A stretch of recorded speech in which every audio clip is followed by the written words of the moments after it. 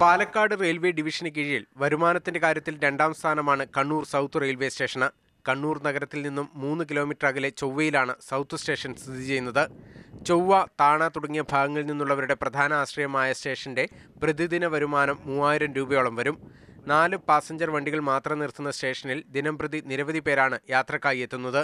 അടിസ്ഥാന സൗകര്യങ്ങൾ പരിമിതമായ സ്റ്റേഷന് വിമാനത്താവളം ഉൾപ്പെടെ യാഥാർത്ഥ്യമാകുന്നതോടെ പ്രാധാന്യം വർദ്ധിക്കും.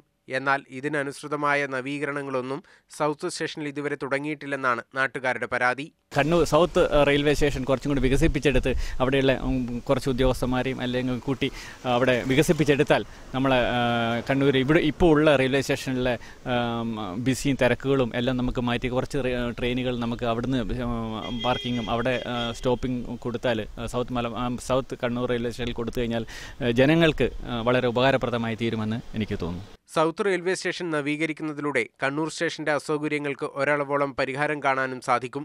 കണ്ണൂരിന്റെ സാറ്റലൈറ്റ് സ്റ്റേഷനായി സൗത്തിനെ മാറ്റിക്കഴിഞ്ഞാൽ നിലവിലെ പിന്നാക്കാവസ്ഥയ്ക്ക് പരിഹാരമാകുമെന്നാണ് വിദഗ്ധ അഭിപ്രായം. എന്നാൽ വികസന പ്രവർത്തനങ്ങൾക്ക് സ്ഥലപരിമിതി തടസ്സമാകുമോ എന്ന ആശങ്ക നിലനിൽക്കുന്നുമുണ്ട്. മാതൃഭൂമി ന്യൂസ്, കണ്ണൂർ.